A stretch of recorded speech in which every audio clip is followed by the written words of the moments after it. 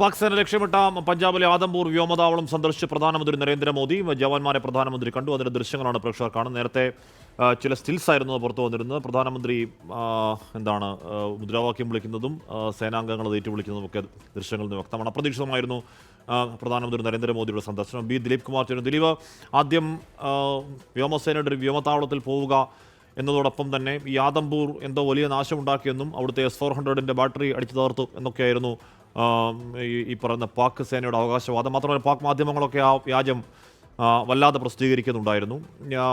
അത് ഒന്നാന്തരം വ്യാജമാണ് എന്നൊരിക്കൽ കൂടി തെളിയിക്കുക കൂടി ഇങ്ങോട്ടേക്കുള്ള സന്ദർശനത്തിൽ പ്രധാനമന്ത്രിക്ക് ലക്ഷ്യമുണ്ടോ ദിലീപ്? ഹാഷ്മി, പഞ്ചാബിലെ ആദംപൂർ വ്യോമത്താവളത്തിൽ വ്യോമസേനയുടെ താവളമാണ്.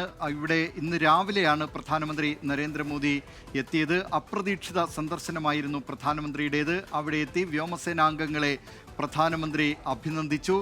നേരത്തെ ഓപ്പറേഷൻ സിന്ദൂറിൽ നിർണായക പങ്ക് വഹിച്ച വ്യോമത്താവളമാണ് ആദംപൂരിലെ വ്യോമത്താവളം. ഇവിടെ പാകിസ്ഥാൻ പ്രത്യാക്രമണത്തിന് ഒരുങ്ങിയിരുന്നു. അവർ അവകാശപ്പെട്ടത് F-16 വിമാനം ഉപയോഗിച്ച് ഇന്ത്യയുടെ S-400 വ്യോമ പ്രതിരോധ സംവിധാനത്തെ ആദംപൂരിൽ തകർത്തുവെന്നായിരുന്നു. പക്ഷേ പാകിസ്ഥാൻ്റെ അവകാശവാദം വെറും നുണയാണ്, വെറും പൊള്ളയാണ് എന്ന് ഇന്ത്യ വ്യക്തമാക്കുകയും ചെയ്തു. ഇവിടെയാണ് ആദംപൂർ വ്യോമത്താവളത്തിലെത്തിയാണ് പ്രധാനമന്ത്രി നരേന്ദ്രമോദി വ്യോമസേനാംഗങ്ങളെ കണ്ടത്. ഓപ്പറേഷൻ സിന്ദൂറിൽ ഏറ്റവും നിർണായക പങ്ക് വഹിച്ചവരാണ് വ്യോമസേനാംഗങ്ങൾ.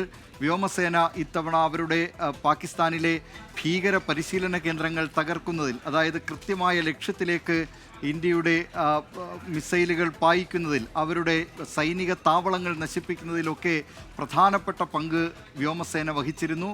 വ്യോമസേനാംഗങ്ങളെ കണ്ട് വ്യോമസേനാംഗങ്ങൾക്ക് രാജ്യത്തെ ജനങ്ങളുടെ പിന്തുണയുണ്ട്, അവർക്കൊപ്പമുണ്ട് രാജ്യം ഒന്നാകെ എന്ന ഒരു സന്ദേശം കൂടി പ്രധാനമന്ത്രി നൽകുകയായിരുന്നു ഈ ആദംപൂർ വ്യോമത്താവളത്തിലെ സന്ദർശനത്തിലൂടെ ലക്ഷ്യമിട്ടത്. ഹാഷ്മി. ദിലീപ് കുമാറാണ് ആദംപൂരിലെ പ്രധാനമന്ത്രി നരേന്ദ്രമോദിയുടെ സന്ദർശനത്തിന് കൂടുതൽ വിവരങ്ങൾ നൽകിയത്.